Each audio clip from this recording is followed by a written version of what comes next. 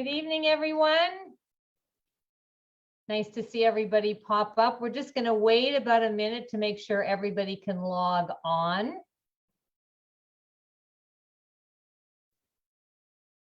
Beautiful night this evening. Thank you for joining us.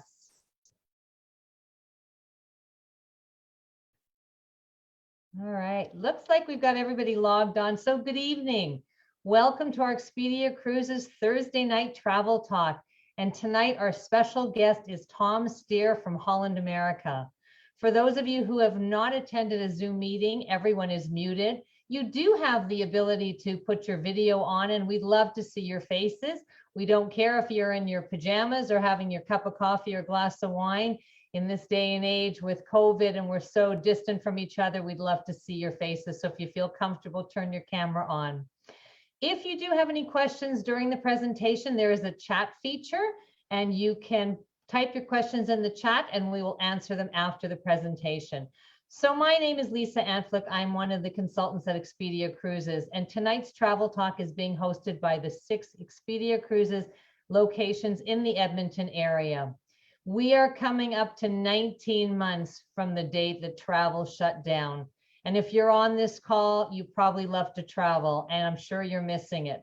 Travel fulfills us. That's why we do it.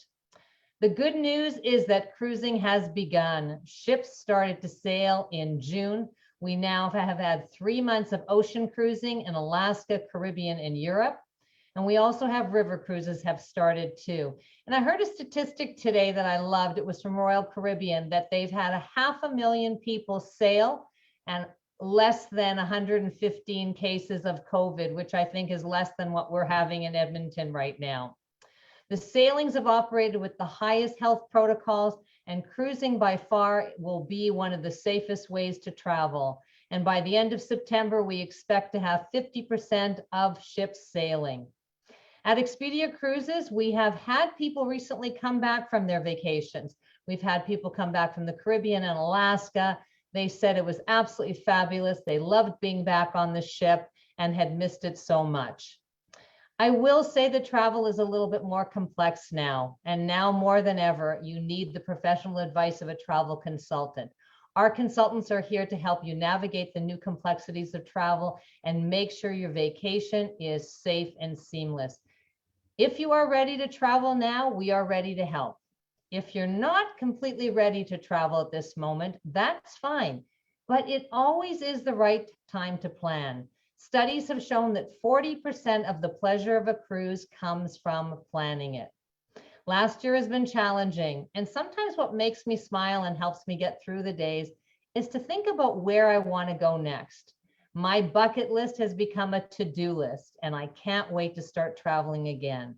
Time has passed, and like you, I have much to make up for. Whatever your dreams are at Expedia Cruises, our consultants can help them come true. We are committed to finding you the best value for your travel dollars. We are more than just cruises. Our name is Expedia Cruises, Air, Land, and Sea Vacations, and we can help you plan all the components of your vacations. Best of all, we are in your neighborhood, so you can shop local. So with that said, I'm now going to introduce our special guest, Tom Steer, who's coming to us from Holland America. And it looks like you are on an Alaska cruise, Tom. So welcome. Thank you very much. Yeah, I don't want to disappoint anyone, but actually this is actually a virtual background. I'm actually coming to you live from my basement in North Vancouver. Not quite as glamorous, but yeah, virtually it looks pretty good. We can hope and dream. So thank you for the lovely introduction there, Lisa. That's wonderful. Am I okay to go ahead and share my screen here? Go right ahead, Tom. Let me see if I can pull it up. Give me 2 seconds, everyone. Okay. Do I need to be given the, here we go. I've got it right here. Perfect. Thank you for bearing with me. Okay, I think you can all see my screen now. Wonderful. Okay, well, thanks for joining, everyone. I really appreciate you taking some time out of your evening to learn a little bit about the world of Holland America's exotic cruises. And when we talk about exotic, that can mean any far-flung destination. We're going to talk about a few this evening. I don't have 3 hours, unfortunately, to talk about all of them, but we're going to try and squeeze the most exciting in with some news about some new itineraries and some other exciting updates. As Lisa mentioned, my name's Tom, and I represent Holland America across Western Canada. And it's always a pleasure to meet everyone virtually. If we can't be together in person, virtual is the next best thing. So it's great to be here this evening. Before I get into all that great stuff when it comes to the cruises themselves, and we talk about the itineraries and the experience of being on board, I would like to touch on something that is on everybody's mind, something that I'm sure you've all had questions about over the last few weeks and months. And that is, what are we doing when it comes to ships getting started again, ships restarting operations? Well, we're very busy working on that, 24 hours a day, working behind the scenes, working in lockstep with the CDC, the WHO, the CLEAR organization, and other authorities and maritime authorities. At this point, we have 2 ships that are already sailing, which is fantastic. This is such exciting news, especially after what we've all been through over the last year or so. It gives us, so much to look forward to, knowing 2 ships have already entered service for Holland America, and then over the next few months, we expect another 2 or 3, and our plan is by the end of spring to have the entire fleet operational. So we'll be cruising at full steam ahead.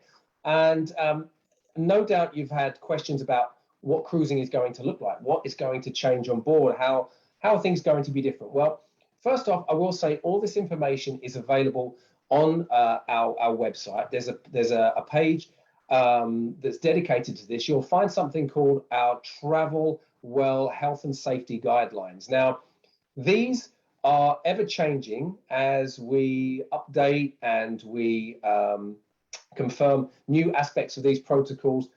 One thing I would advise is do stay connected with your Expedia Cruises consultant, because they have the latest information, and they can let you know if this actually applies to your sailing that you're looking at, because what we have posted currently only applies to sailings that are departing up through this coming January.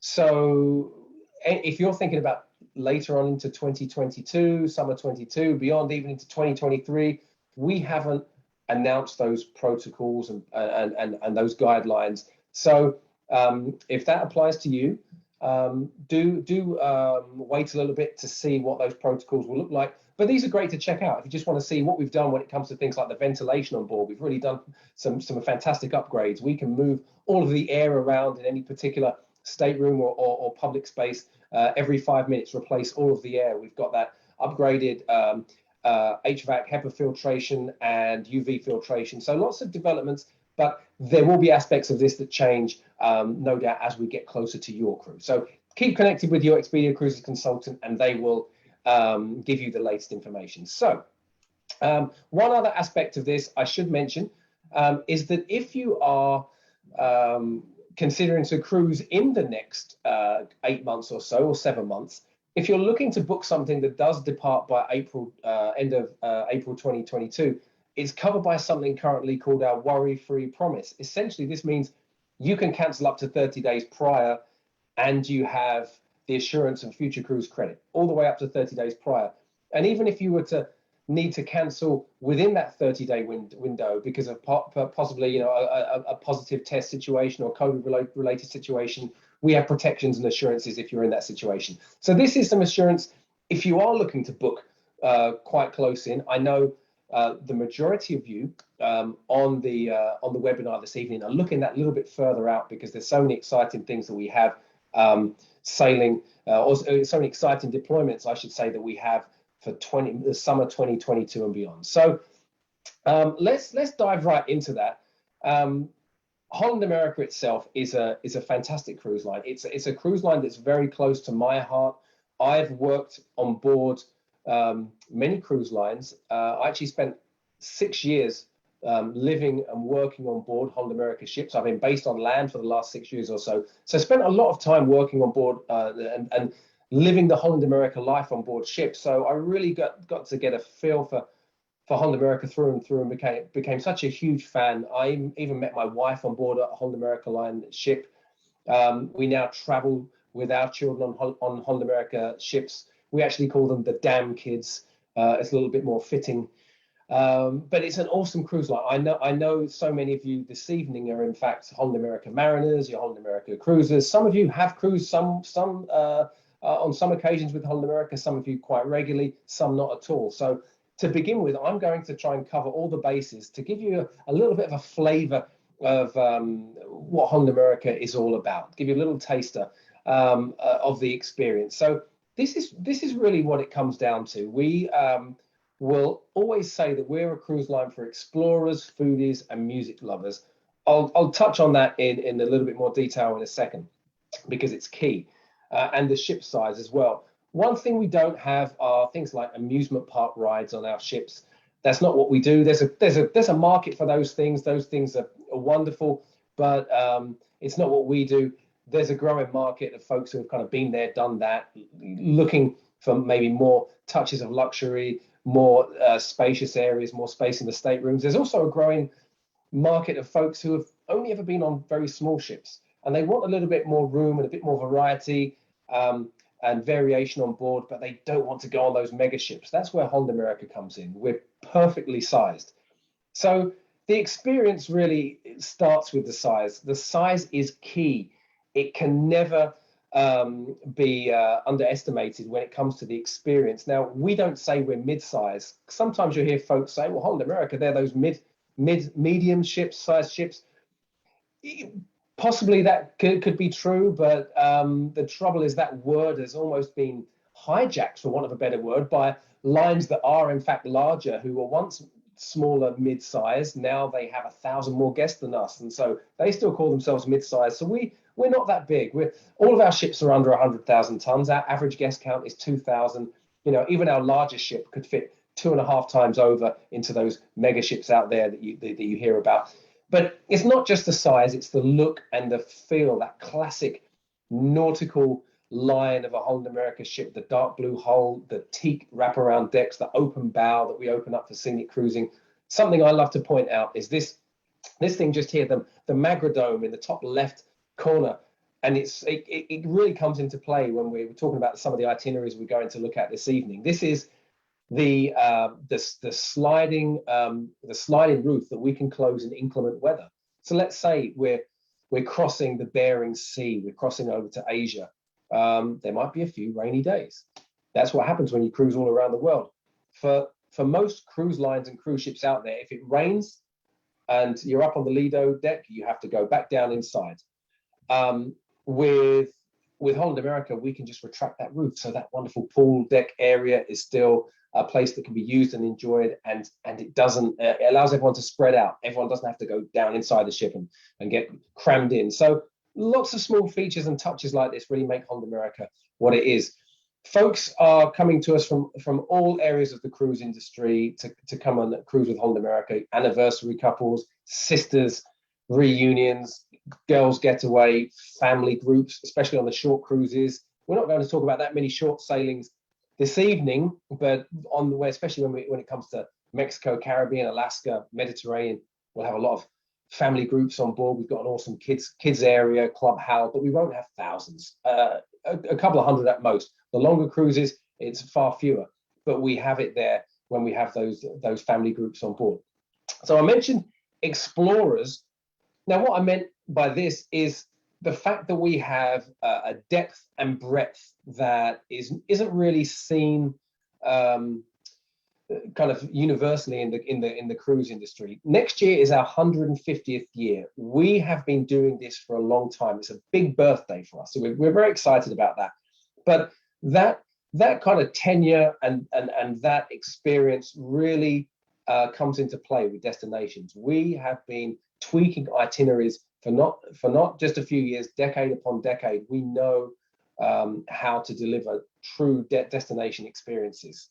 We have relationships with ports and maritime authorities that go back many years. That's why we get top billing in many ports around the world. You'll see the Holland America ship docked in kind of prime spot. But when I talk about depth and breadth of itinerary, what I mean by that is we have a vast number of ports we visit and a large number of itineraries, a lot of variation when it comes to itineraries, which is different to what you often see out there in the cruise industry, which might be a cruise line with a few ships that just do long itineraries, hit a lot of ports, but there's not a number of options for itineraries. Or you see cruise lines with lots of itineraries, but they just hit the same ports. We're the best of both worlds. Same could be said when it comes to the food. We do occupy a sweet spot, to use a kind of a culinary analogy. The part that's different here, I mean, we've always been a cruise line for foodies. That's no secret. But I think what it is, we offer something that is just the perfect balance, where if you look out there in the industry and the kind of cruise world, you'll find very small ships that have maybe one dining room, the main dining room, and then perhaps a secondary alternate or casual option. The other end of the spectrum, you find mega ships that have one dining room where it's the one main dining room where it's the same menu every day. And if you don't want to eat in there, you have to pay for one of 12 different alternate dining venues. That's not what we do. We have a balance where we have the main dining room, the classic Holland America dining experience, and that's a different menu rotating every mealtime, every day, with locally sourced kind of menus that reflect the destination that we're traveling to. And we have those 3, 4, or 5 specialty venues if you want to try something different. So it's just a nice mix. And we don't kind of hitch our wagon to one celebrity chef. We don't just have a neon light above one restaurant with a celebrity chef's name, you know, from the TV to capture a bit of a buzz. Instead, we have 8 chefs that are each bring something to the table. Another culinary analogy, and that they're all in their own right, either Michelin star chefs, proprietors, TV chefs, authors, each bringing their own area of creativity, and that's what really keeps our menus exciting and different. And we take the food into the port. Well, we don't literally take it into the port. We take the experience into the port. This came from river cruising a few years back, probably 10 or so years ago, maybe longer. River cruising boomed. A lot of ocean kind of cruisers moved over to river, checked out the whole river cruising experience. They came back to ocean because obviously you can as you'll see tonight, get to more places when it comes to ocean cruising. But they shared with us their thoughts and feelings about how great it is to be able to go and break bread with locals, learn about locally sourced ingredients and how they're used in traditional recipes, you know, in mom and pop restaurants. So that you'll see that comes into play very acutely with some of the itineraries we're going to look at this evening. And then music. When you're on board ship in the evenings, music is something that we do best. And this is something we took a big risk on a few years back. We turned the industry on its head and it paid off. This was something that paid off. And it was our idea, instead of just having cruise ship musicians who kind of go from lounge to lounge, bouncing around the ship, changing their outfit or their badge and their style of music depending where they're playing. It's the same faces all around the ship. We decided instead, let's have purpose-built venues for specific musicians and genres and bands and entertainers who are experts and so experienced in their dedicated field, and make it like almost like a Broadway or West End kind of experience where you can go and check out a different musical performance every night. But we have them playing. There's usually 2, 3, or 4 of these all playing at the same time, or alternating during the evening. So you have BB King's Blues Club with the BB King's All Stars. They're playing everything that gets the crowd on their feet. So everything from Bruno Mars to Chuck Berry, Beyonce to Aretha, anything that kind of gets the blood pumping. Then Billboard on board. We moved away from those typical cruise ship tiny piano bars where everyone has to kind of huddle in there, or you have to get there super early and stake your claim with your drink to get a spot. We opened it up. We've got this wonderful open space, twice the fun, twice the sing-alongs, dueling pianos, just an awesome space. Lincoln Center, which is the classics performed and classical fusions performed by a group of individuals, an ensemble who have come through Lincoln Center in New York. And that's what I always say about this is, for me, it's my favorite way to kickstart my evenings on board. So after coming back from shore, after, maybe resting a little bit, maybe freshen up, change your tire, I like to grab a cocktail before dinner, head on down to Lincoln Center stage, and just let their performances wash over you. It's almost meditative. It's incredible. And then we have Rolling Stone rock room as well, classic 60s and 70s rock on some of our ships as well. I'll tell you about that in just a second. And then just before we look at the itineraries, the other part and parcel of the experience is the service level.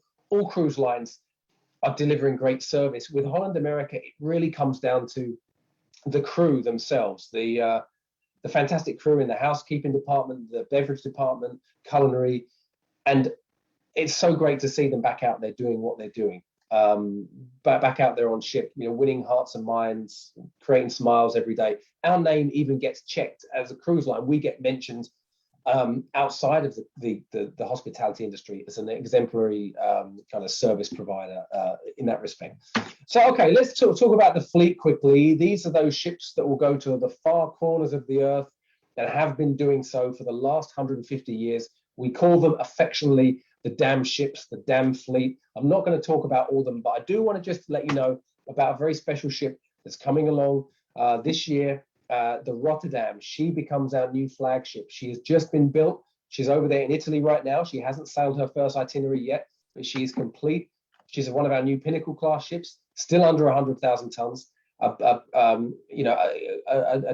true Holland America ship through and through.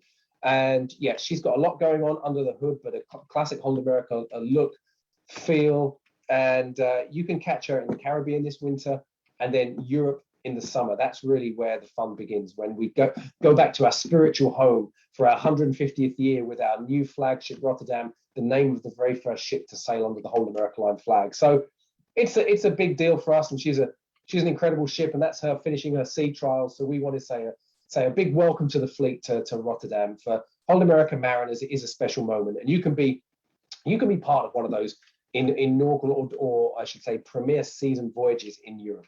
So let's talk about some of these itineraries. About 500 plus itineraries, 400 ports of call. I'm gonna hone in on a few. For those of you who joined us earlier this year for a Holland America session, we talked about sailings that were closer to home. We talked about Alaska. We talked about West Coast sailings and those convenient sailings very close to home. This evening, we're going to look further afield. As I mentioned, it's going to be exotic, what we call exotic sailings. It doesn't always mean you have to fly both ways. Sometimes you can actually cross the Pacific or cross the Atlantic on a ship to start that journey.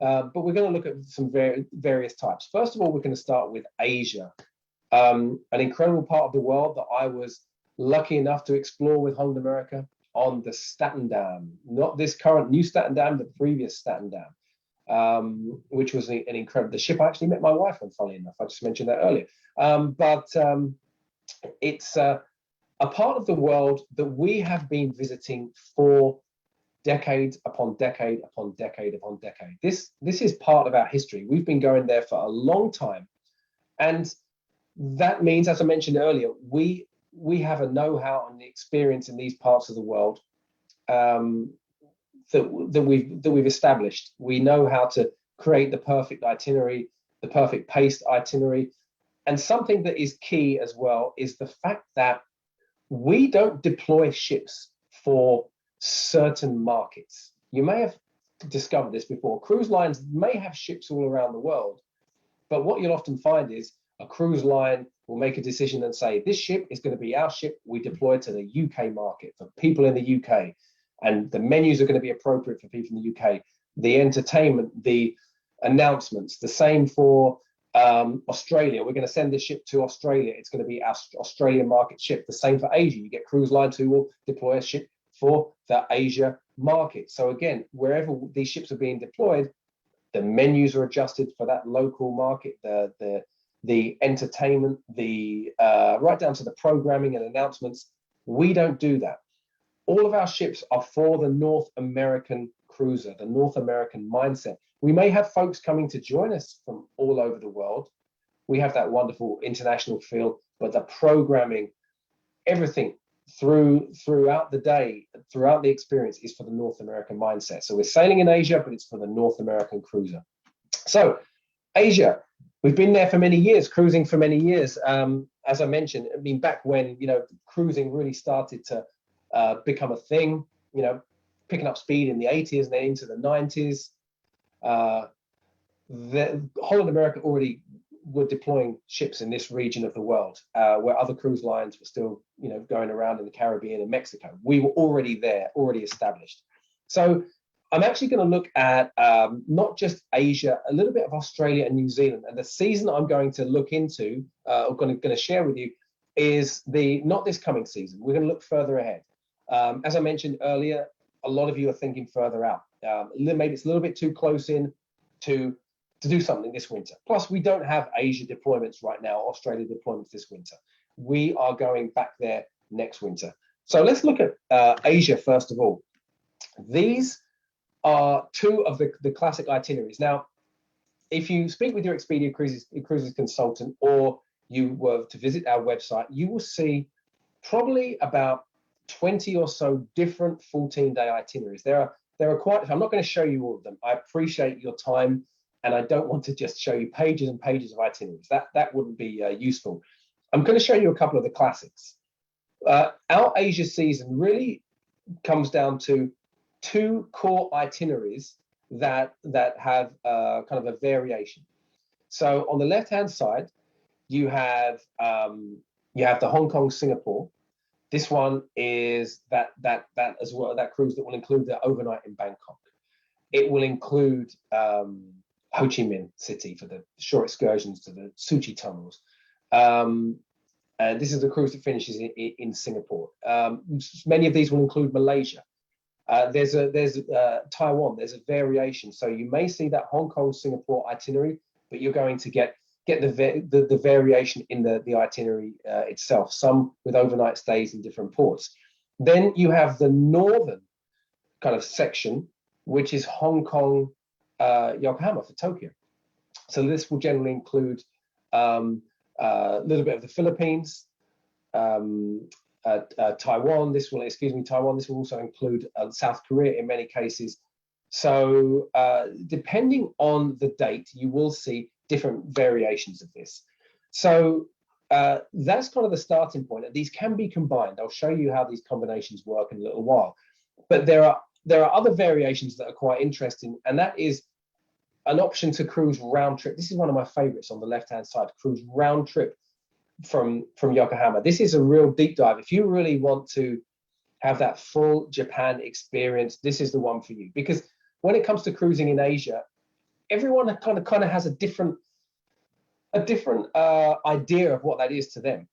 There's so many different areas to be discovered, but this is if you're looking for that deep dive in Japan, with a little bit of Vladivostok as well, I should say. And Vladivostok, while we go there, it's an incredible place. The Soviet architecture. It's actually where the Trans-Siberian Railway ends, the other side of Russia. So a pretty cool spot.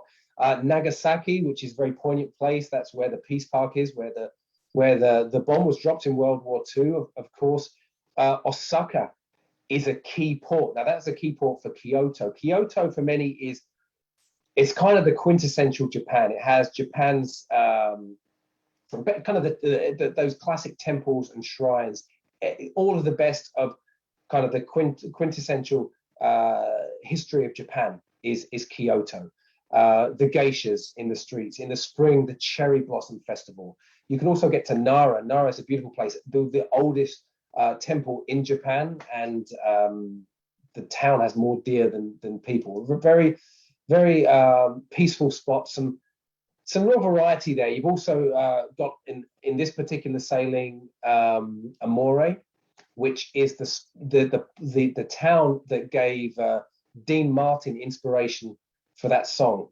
You may be familiar with. You know the one. When the moon hits your eye like a big pizza pie, that's Amore. You know the one, right? That's as far as I know. That's where I believe he got the inspiration for that. But I promise I won't sing again. The one in the middle is one I haven't done myself that I really would like to do on a cruise. I've only touched on some Indonesia, but this is the deep dive of Indonesia. Indonesia is it's 17,000 islands. That's not 1,700. 17,000 islands. The sheer kind of variety of flora and fauna is mind-boggling. So if you love exploring nature, that lush jungle, the ecological wonders, it's for you. The historical, ancient history, languages, on all those fronts, it's a UNESCO. Yeah, there are countless UNESCO World Heritage Sites, as there are many of these spots. Some huge cities as well. It's kind of that mix of incredibly dense populaces, and then those incredible spots where you can have those serene moments, and then overnight in Bali as well. So that's round trip Singapore. And then I do want to mention this one on the right hand side as well, because this is Seattle Trans-Pacific. You can take this in September when we take our ships over to Asia, or you can take it in the spring when we bring our ships back over to the West Coast for the Alaska season. But it's not just the 14-day itself. I mentioned crossing the Bering Sea earlier. This is how you do it. You cross the international date line, so you live the same day twice, or if you take it the other way, you lose a day, which is pretty cool. But this is something that I always recommend you take as part of what we call a collector's voyage. So to do this, reach out to your Expedia Cruises consultant. They'll let you know what this is all about. A collector's voyage is basically when two cruises are put together. They can do it in a flash, in their system. They put them together for you, and when they do that, you get approximately a 10% price break. Seattle to Yokohama now becomes 28 days, and now you're getting that deep dive of Japan that I just went through in combination with the Trans-Pacific. It's a true kind of mariners, seafarers experience to cross the Pacific. It is it's something that really speaks to your heart and soul, and then to arrive and then have that experience in Japan, or do it in reverse, touching on Kodiak Island as well, which is a remarkable place. So do speak with your Expedia Cruises consultant about these. And then those two at the beginning I showed you, kind of the northern leg, that is kind of Hong Kong up there, and Shanghai as well, up through into Japan and South Korea, or the leg that goes down into Singapore. That can be combined to make 28 days. So if you really want to check Asia off of your bucket list and get it done, these are two great ways to do it, going kind of more in depth. And I must just mention this, because I did show you in the beginning, we have ships down there in Australia and New Zealand.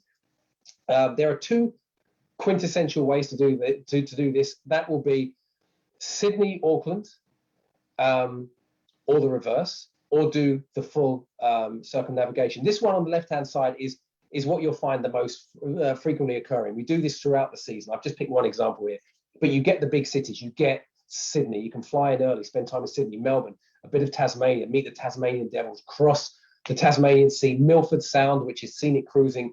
If you love Alaska or the Norwegian fjords, New Zealand is incredible. Milford Sound is truly beautiful, and there's so much variety in such a kind of in such a small area. Dunedin has got this kind of Scottish heritage that really shines through. Napier is a really interesting spot because the entire town was leveled by an earthquake in the 1930s, which meant that it had to be rebuilt, and it was rebuilt in the style of the time, architectural style of the time, which was Art Deco. So the entire town is a living, breathing Art Deco museum. Even the locals keep cars from that period. So yeah, that's a really cool place. And then as you get up into the Bay of Plenty and then Tauranga, those northern reaches, that's where you find all the geothermal wonders, the spouting geysers, that type of thing. So that's that cruise in reverse either way, 14 days. That's the classic Australia, New Zealand cruise for us, mainly New Zealand. On the right-hand side, this is something special. This cruise books up very quickly. It only happens once. This is 35 days round trip Sydney, the Australia circumnavigation. You get the Northern Territories up through the Barrier Reef, scenic cruising through the Barrier Reef, stops in Early Beach, Cairns as well. As we come around, before we come back around down the west, you touch on Indonesia, Komodo Island, where you can get up close and personal with the Komodo dragons. You can also do that on one of those Indonesia cruises that I just showed you. But then as we come around the west coast, that they're parts of Australia you don't normally get to reach on a cruise or a land package. Incredibly beautiful, ecologically astounding, lots of overnight stays. Whenever you see that half moon, half sun symbol, that means you stay overnight, so you get 2 days. So if you're looking now to catch up on your cruising because you have missed out on so many cruises and you want to do something longer that gives you more, this is the kind of cruise you need to look at. But with these cruises, you do need to book ahead, book early, because the longer the cruise, the fewer times it occurs, the quicker it sells out. And all of the Expedia Cruises consultants can attest to that. Now, I'm going to touch on Europe here, because for some of us, Europe doesn't seem that exotic or far and flung. But there are some key itineraries here I just want to share with you to show you the kind of in-depth, off the beaten track side of Europe that really does come in under the kind of the umbrella or the wheelhouse of those folks who like to cruise exotic. And we see that in the loyalty and the repeat element of cruising. Folks who will cruise Asia, when they do Europe, they'll do certain type of cruise in Europe. So we kind of get a sense for what a certain type of cruiser enjoys. So when we're in Europe, we're going back to our spiritual homeland. We're not a European cruise line just operating in Europe, welcoming guests from Europe. We're not a North America cruise line going over to Europe trying to play in their backyard. We're both. We have the heart and soul and authenticity because of our European heritage, but we're headquartered in the US these days, so we have the North American mindset, like I mentioned earlier. So it's a perfect product for authenticity and assurance in that way. It's like being shown around a new place by a friend who's moved to that city, who you feel comfortable with, and they're showing you around, giving you the inside track. That's what we do. So many cool ports, so many cool areas in Europe to discover. These are some of those that kind of jump out at me right here. Bruges, for a start. You'll find this on some transatlantics, which are really fun, and you can build out into longer sailings. We don't often hit it. It's not on every sailing, but it's an incredible place. Just strolling those canals, the architecture, the smell of the fresh Belgian chocolate, the Moulay frites, the Belgian Trappist beer. It's just a feast for the senses. You'll find that on a lot of those transatlantics. As we get further up into the Norwegian fjords or up into the Northern Isles, you'll hit Bergen or Iceland for the Blue Lagoon. And these will be covered by those sailings that are on the brand new ship Rotterdam. I mentioned that new ship Rotterdam. She doesn't just go into a cruise cycle of one cruise and then repeat. She moves around like a rock star all over Europe. So you can combine 14 days to the Northern Isles with 14 days to the Norwegian fjords, make 28 days, 21 days, all these different combinations. Your Expedia Cruises consultant can help you with that. If you do the Northern Isles here, you don't just get the fjords, Iceland, the Shetland Islands, you also get Edinburgh during the Edinburgh Festival on many of these. And that means you can do our highest rated shore excursion. And that is going to the Royal Military Tattoo in the grounds of Edinburgh Castle with all the pomp and ceremony and fireworks, the lights. It's a spine-tingling experience.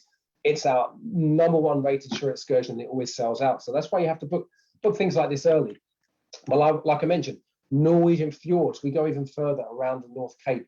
Our ships are permitted in certain areas of the fjords where other cruise lines are not, for environmental reasons. So you can get more bang for your buck in that way with Holland. And then the Baltic, that's kind of the classic starting point for many. I'm sure many of you have been to the Baltic. I'm not going to go in depth here on that. Obviously, you get those 2 days in St. Petersburg for the Church that Spilled Blood, St. Catherine's Palace, the Hermitage, these kind of things, and all the other aspects of the Baltic. But you can combine it again to make, this is an example of a 21-day sailing. So this is where that kind of exotic, far-flung feel comes in, because you're not just hopping over to Europe for a quick experience, you're going over and then you're really getting that in-depth experience. And this is that 150th anniversary cruise I mentioned earlier, where we're replicating the very first sailing that we ever made 150 years ago, to the very day, the same length, just 7 ship incarnations later. Rotterdam 1, now Rotterdam number 7. That's going to be a fun experience. Again, can be combined with something a bit longer, with the previous cruise to make something longer. This is really what I want to touch on, and that is that the Volendam is our new kind of, well, she's not our new ship, but she's the new smallest ship, as in she is now one of 2 ships that are unique unto themselves. They're smaller than other ships in the fleet, and they will be doing cruises in Europe that go off the beaten track. We call it voyages of distinction. So she'll sail into Bordeaux. She'll sail up the Gironde estuary into Bordeaux, where you can see the vineyards as you cruise in. You can sip some Bordeaux while looking out at the vineyards you were walking in that day. She'll cruise the Scheldt River. She'll drop in Zeebrugge for Bruges, like I just mentioned. She'll go all the way around the British Isles. She'll dock in Dublin. I'm not sure if I told you this before, but Dublin is the largest city in the world. It's the biggest city in the world because it keeps doubling and doubling and doubling and doubling. Okay, you get the idea. And this on the left-hand side, the River Explorer. This again is giving kind of a little bit of river cruise experience, but we're ocean cruise. So you don't get that with river cruise. You don't get river cruises that give you ocean. We give you ocean and river on something like this with a small ship like Volendam. I should have taken this slide out. This one on the left-hand side is fully booked. I'm sorry. Look out for this in 2023. This is like that Australia circumnavigation. They sell out quickly when they're longer and they only happen once. The round trip Boston cruise over to Rotterdam and back, they book up quickly and they sell out. So you'd have to wait for 23 for that one. If that's something you're interested in, let your Expedia Cruises consultant know, and they can help you kind of get a placeholder for that round trip round trip Boston over to Europe and back when it comes out the following year for 2023, which should be in the next month or so. Okay, moving, but the one on the right is available. If you just want to go one way, New Amsterdam is doing that. It's a very cool sailing. When you cruise the northern route, for those folks who love to do these longer exotic sailings, transatlantics, transpacifics, this one is unique because it doesn't feel like you're on a transatlantic. There's barely more than one sea day in a row. You have a day at sea, Iceland, day at sea, Greenland, day at sea, Nova Scotia, Newfoundland, before coming down into Halifax. So it doesn't feel like a regular transatlantic. Okay, quickly popping down to the Mediterranean. This is a key area for us. And what I want to highlight here is something in particular. A lot of these ports you've probably been to, classic ports. The Mediterranean is like that kind of onion kind of analogy where you just peel the layers. It keeps presenting more and presenting you something new every time you go back. That's how it is for me. The Mediterranean is my favorite place to cruise. You can go back time and time again and visit some old favorites and get some new experiences. But I want to tell you about the fact Istanbul is back on our itineraries. It's an area we haven't visited in about 11 years. No cruise lines have, Western cruise lines that is, and it's open. That area where we're talking about Asia, but this is where Asia meets Europe, where the Bosphorus is straddled and east meets west, and it is a city that marvels, and it gives a whole new perspective by night as well as by day. We give you 2 days there, an overnight stay, and there's just so much to explore, and you will find that on some of these Mediterranean sailings. Firstly, something that's key is Amsterdam is sailing the Holy Lands down to Haifa for Nazareth and Ashdod for Jerusalem. Also, this cruise will include Cyprus, that's round trip Venice. And it's the first time we've had one of our Vista class ships sail this. A Vista class ship is a ship that has 80% balconies. Before that, it was only on small ships and they didn't have that many balconies. So it was hard to get a balcony room if that's what you were looking for. You had to pay for a suite. Now, 80% of the rooms are balcony accommodation, so lots of veranda staterooms.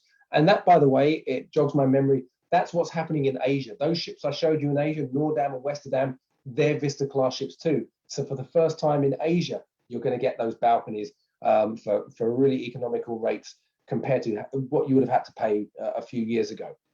So that's happening in the Mediterranean. And then, yeah, this is that Istanbul sailing. 2 nights in Istanbul, 2 nights in, 2 days in Istanbul, 1 night, I should say. Same in Venice at the beginning of the cruise. There's an Eastern Mediterranean, there's a Western Mediterranean, kind of glitzy, kind of French Riviera, and Italian Riviera. and you can combine that with this Greek Isles and Istanbul sailing to make something like this. That is kind of the quintessential Mediterranean. And again, the same with that smaller ship, Volendam. She will be the first of our fleet to get back to Egypt. So when we talk about North Africa, experiences that you wouldn't have been able to have on a cruise ship in the last, again, 10 years or so, we're now visiting Egypt again for the pyramids of Giza tours in September on the Volendam, September 2022. So really exciting stuff. You can see from the itineraries, she mixes it up, does it very differently when it comes to the Mediterranean. Just a few examples. There's lots more sailings that are available, but these are some examples. Okay, I'm going to spin the globe. Sorry, excuse me, put my teeth back in. I'm going to spin the globe, and we're going to look at South America and Antarctica. This is a part of the world that I have had some kind of very spine-tingling experiences in, and some moments I'll never forget. This is all on the Oosterdam, that ship that is in Europe in the summer. She's over in South America in the winter, and this is what one of our classic South America cruises looks like. It can go 14 days one way or 14 days in the reverse. So it's really a combination of culture, ecology, and just sheer scenery, just the amazing scenic cruising you can experience here. And the season is essentially December through March. So all of these sailings will either begin or end in Santiago or Buenos Aires. Buenos Aires is just an incredible place to sail from. We spend an overnight stay there. So you arrive at the ship and the ship doesn't leave yet. You get a whole day. So it's almost like having a hotel. So in that time, you can visit La Boca districts and watch them doing the tango in the street. You can go and experience, full Argentinian steakhouse, Argentinian wine, Argentinian steak while you're watching this tango show. You can visit Iguazu Falls. You can do all that before the ship even leaves. They also visit the Falkland Islands. You'll see here the Falkland Islands on these itineraries. Going back a bit too far. The Falkland Islands is where you'll see a number of different penguin species. This is really where penguins play a big part here. So if you love your penguins, you're going to see and learn about all sorts of different types of penguins, get up close and personal. But what makes the Falkland Islands also unique is not just the fact that there are penguin colonies there, it's the fact that it feels like you're going to England from days gone by. It's like visiting England in the 1950s. So you can go for fish and chips, stop for a pint in the pub on your way home from a penguin colony. It's truly bizarre in that way. But lots of fun, and it's just one part of the overall itinerary. But the Chilean fjords, Tierra del Fuego, Patagonia, and all of those channels, the Coban Channel, the Beagle Channel, the Straits of Magellan, you're following in the footsteps of those explorers, and just the incredible scenery, the dramatic inlets, the fjords, the rugged mountains. As we get north, it's where you start to kind of connect with the Andes and Glacier Alley. It's if you've experienced scenic cruising in Norway or Alaska, you'll be blown away by South America. Along that coast of the Chilean fjords, there's such a rich confluence of mineral-rich water. You get incredible sea life. You get humpback whales. You've got the penguin rookeries already. Bird life, aquatic life. It's for folks who are there to have wildlife encounters. It is one of the top itineraries. And then you also have more penguin colony opportunities to visit and get up close and personal in either Punta Arenas or Ushuaia. Now, they both vie for the southernmost city in the world. Depends if you talk to a Chilean or Argentinian, they'll give you a different answer. But they're both the southernmost cities in that respect, and penguins galore. But then if you want to step things up a gear and really take it to the next level, for an extra 6 days, you can have the full Antarctica experience. So I must let you know up front, this isn't docking. We don't go ashore in Antarctica, but I've been blessed and fortunate enough to do this 3 times myself, and it feels like you can almost reach out and touch these icebergs. Some are as big as aircraft hangars, and the light changes throughout the day, just the ever-changing light. and I've seen penguins floating on sheets of ice past the ship. They don't even know the ship's there. We're going so slow and so quiet. And then all of a sudden they'll look up, see the ship, and slide over into the water in surprise. It's just a feast for the senses around the clock, considering it doesn't get dark and practically the sun barely dips beneath the horizon when we're there at that time of year. There's just something to see all day long. The colors change around the clock, and we give you 4 days of scenic cruising experience. Now, when you'll see on the itinerary, it just says Antarctica scenic cruising experience, almost as if it's a TBA or TBD. It kind of is when we get down there. The captain, the ice pilot, our exploration central team, our shore excursion team, they all decide based on the conditions where we should explore. And once you've crossed the Drake Passage or the Drake Lake, and if you're wondering how I've always, from my experience, it was calm once, it was okay the next time, then quite bumpy the third time. And that's generally how I've always had it explained to me, that 60% of the time it's kind of normal seas, 20% of the time it's like a lake, and the other 20% of the time batten down the hatches, but nothing out of the ordinary, nothing more than you might experience on a particularly eventful day in the Caribbean or Alaska or something like that. But once you get across into that Antarctic area, there's kind of an area of protection. We're in those waters close to the archipelago. So what we're doing when we're moving around for weather is not avoiding bad weather. We're looking for the best opportunities for wildlife and ice. And these pictures I'm sharing with you were all taken either by myself or my colleagues or crew members on board, just to give you an example of what it's like spending those 4 days down there. Anyone who comes back from a South America cruise will always say it's the best cruise experience they've ever had. So if you haven't done it, it's truly bucket list. We only have 2 sailings within the season because it's such a narrow window of weather. So I highly encourage you, if that's something you're thinking about doing, you haven't done it before, go for it. Now's the time. And then, of course, you've got the Amazon. This is the other aspect of South America, round trip Fort Lauderdale. So a little bit more convenient in terms of domestic flights, but we'll go all the way down to Manaus. You can explore those flooded forests and tributaries and those cultures, and really get that kind of full mix, but also the convenience of having the ship as well. So that only happens once, November 19th. So that's South America for you.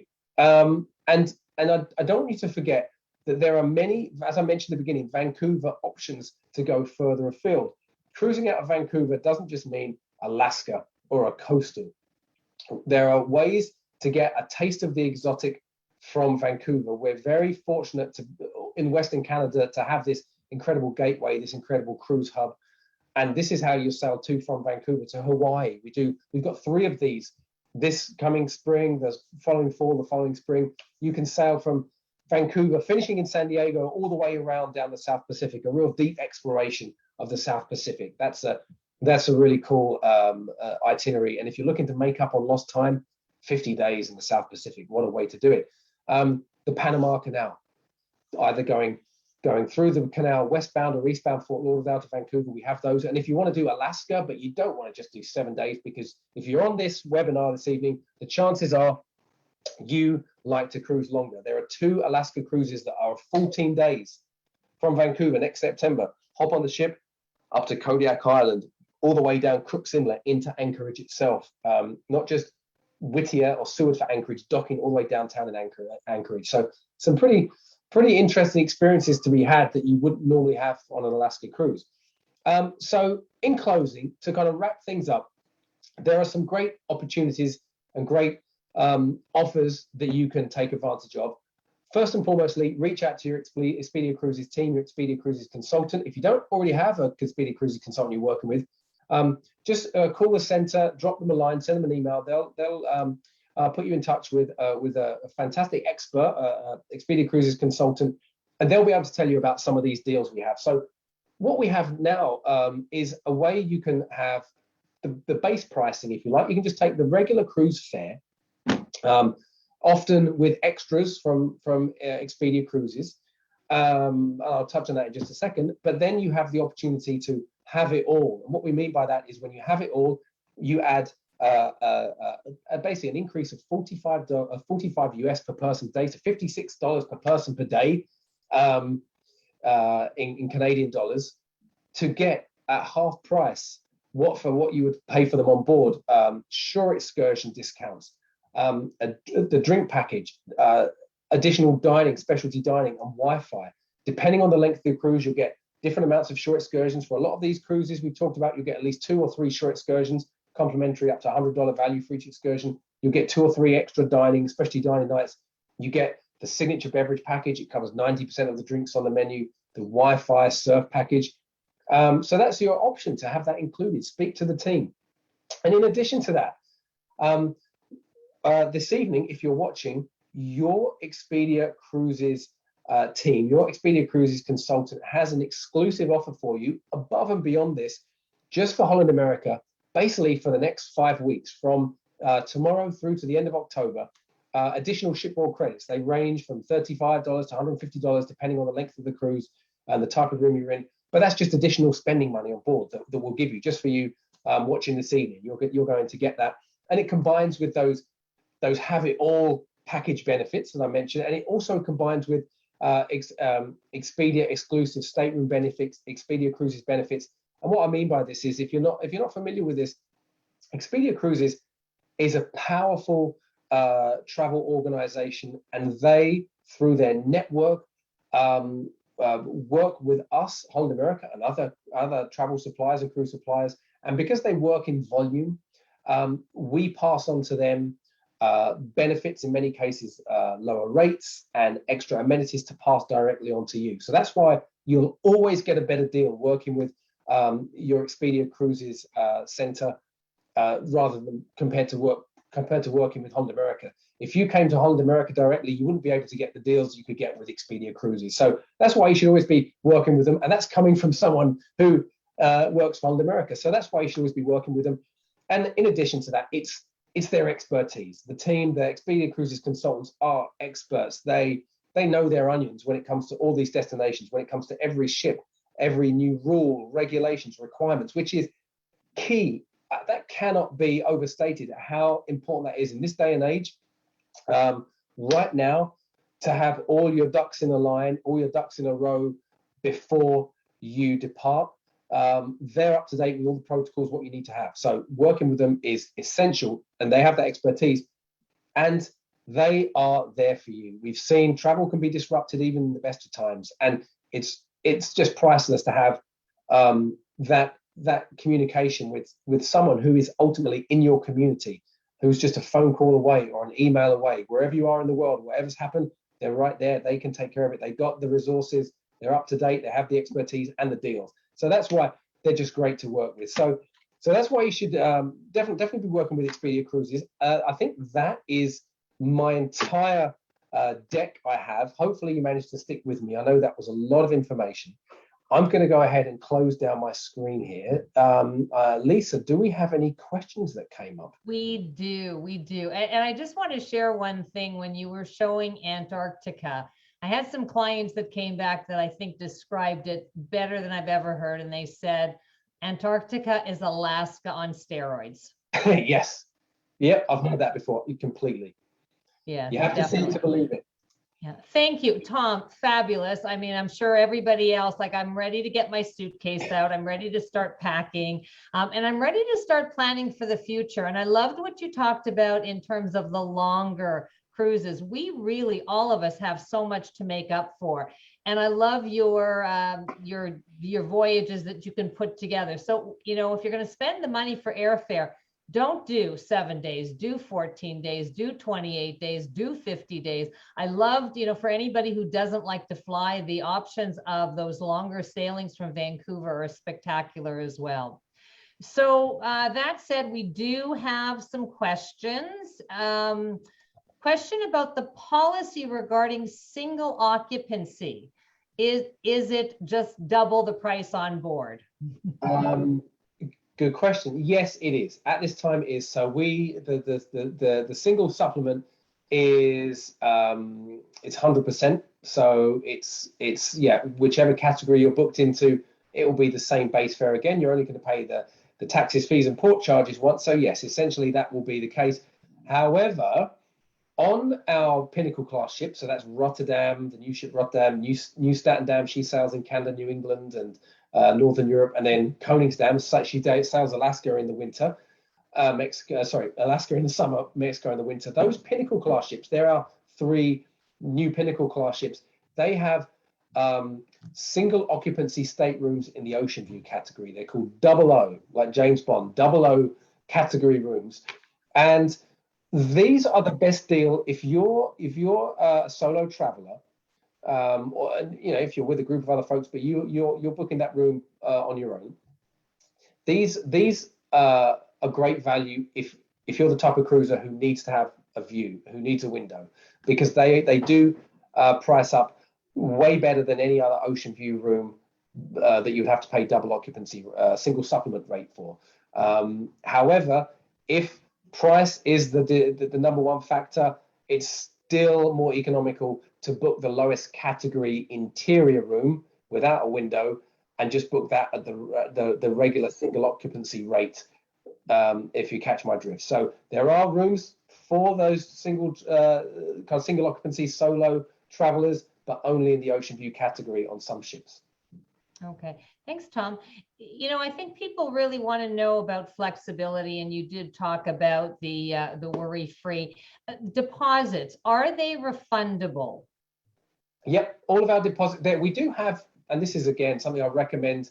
If whoever asked this question, you do talk with your Expedia Cruises consultant about, but our regular deposits, which are available on all sailings that are outside of the final payment period. So that will cover pretty much in 2022, everything 2022 and beyond is outside of the final payment period. Those are all regular refundable deposits. However, you do have the option to book what we sometimes call a snap fare, and your consultant can look at these for you. And that is a non-refundable deposit. If you so choose to do so, you can pay a non-refundable deposit and the fare is slightly lower. So we give you a price break on the fare for your commitment on the non-refundable deposit. Everyone has their preferences. I know a lot of folks will prefer the assurance of having the refundable deposit up until the final payment. But there are some out there who say, hey, yeah, sure, I like the idea of this price. I know I'm going to go, so I'll take the non-refundable.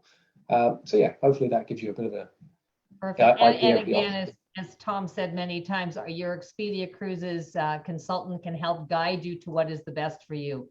So if there's somebody out there who really says, you know what, I got to get away in January 2022, is there still space for some of your sailings? Yeah, for sure. January 2022. So that's really when we're sailing warm weather. You'll find us sailing Hawaii. You'll find us sailing Panama Canal, Mexico, and Caribbean. So yeah, we do have availability. So if you'd like to join us, that would be fantastic. Again, speak with your consultant, because we just want to make sure you're prepared, because we now have things like our Navigator app on board that allows you to do a lot of your pre-boarding and documentation that you would, typically have to fill out on an online document. You do it all in the app now, so they can help you get set up with the app and get you ready for these sailings if it's coming up in the next few months. So yeah, we'd love to have you on board for one of these warm. And I know there's a lot of snowbirds watching this evening. If you want to get back out there to your snowbirding, it's a great way to do it. Yeah, and it is comfort level. If people want to get away, there is space, and if you feel more comfortable planning for further out. So you did talk about 2022 and 2023. So how far out do you have your bookings available for? Right now we have. So we release our cruises in terms of the deployment. So we'll announce all of the Alaska for a certain year, or all of the Europe, and we gradually fill in the year like that. So right now, we have everything available through the spring, kind of March, April of 2023, and we just launched our Alaska 2023. We're expecting to launch our Europe 2023 very, very soon. In Canada, New England 2023, these are all the summer 2023 products. And then, yeah, a little bit further down the road, we'll be announcing, can't believe I'm already going to say 2024, but it'll be the 23 into 24 exotic, like some of the things we've talked about, but through the winter months. Well, and what I think everybody has to keep in mind is we lost 2020 and we've pretty well lost 2021. So we have 2 years worth of passengers going to be booking. So there is going to be a race for space. A question that we also got is the capacity. Right now, when you're sailing, what is the capacity on your ships? Are you going full? It varies. We're not going full, so it really does vary. There's no magic number that we're working to. We're obviously kind of keeping a threshold, and we've got the kind of a throttle there, so we can keep capacity down. But there's no, I can't really give you a 50%, 60%, 80%. It can be around all of those numbers, and as we gradually return to sail, that may vary from cruise to cruise as we gradually ramp up. So yeah, no magic number, but we are definitely sailing with lower capacities than we had before. If you're wondering what the experience is like, you will notice if you're sailing soon in the short term, when you're on board, you see slightly fewer people around, and that's the same for all cruise lines who are now beginning to restart their operations. Okay. One more question, Tom. Vaccination policy. Do you require your passengers and are your crew vaccinated? Yes, 100% vaccinated. Our crew are vaccinated. We do require vaccinations. Again, all of the protocols and requirements really are only being in place as required. Currently, you only see it applying to cruises through January 31. However, it is very likely that part of the requirement will continue. I don't see, personally, this is my own opinion, why that part will be lifted. I don't think it will be. I don't think anyone in the industry or cruisers would assume that would change. But right now, I can only confirm that requirement through the end of January 31. I believe in the next month or so, we're going to then roll out the requirements for the rest of 2022. But as it stands now, if you're coming on board right now, between now and end of January, we do require vaccinations. And for us, is that fully vaccinated is either 2-dose Pfizer, 2-dose Moderna, or a mix of Pfizer, Moderna, the mRNAs, so a full mix of the mRNAs, or a full AstraZeneca, 2 doses of AstraZeneca. Unfortunately, at this time, Holland America and many other cruise lines, all of us following the CDC framework, we do not recognize the mix of 1 dose AstraZeneca, 1 dose Pfizer, or 1 dose AstraZeneca, 1 dose Moderna. Currently, although in Canada that meets the requirements and is recommended currently, as far as cruising and the CDC, who we work in accordance with, that mix is not considered fully vaccinated. So whether that changes down the road, I cannot speculate. Perhaps it will, I'm not sure. But for now, full mRNAs or full AstraZeneca is fully vaccinated for us. Okay. All right. And again, you know what, this whole situation, it changes from day to day, from week to week. Mixed vaccines are being recognized outside of North America because the CDC does not rule that. So again, another reason to call and contact your Expedia Cruises consultants so that we can help you navigate all of this. In the chat, you will see some links. We've got some exciting things happening. Next week, our travel talk will be with Azamara Cruises, and we are also doing our World Explorer events on October 5th, 6th, and 7th. There's going to be a number of different cruise lines coming and giving some presentations similar to this, couple in the evening, and also one day we're having them kind of in midday. So I do want to thank you all for joining us. If you are interested in travel, whether it's now or later, contact us. Let us find the right cruise for you. We thank you for your past travels. We thank you for your future travels, and we look forward to helping you plan your next dream vacation. Tom, thank you again for a wonderful presentation and showing us places in the world that is going to be on most of our bucket lists. Thank you. Thanks for having me. Good night, everyone. All right. Thanks Lisa. so much. Bye. Bye-bye.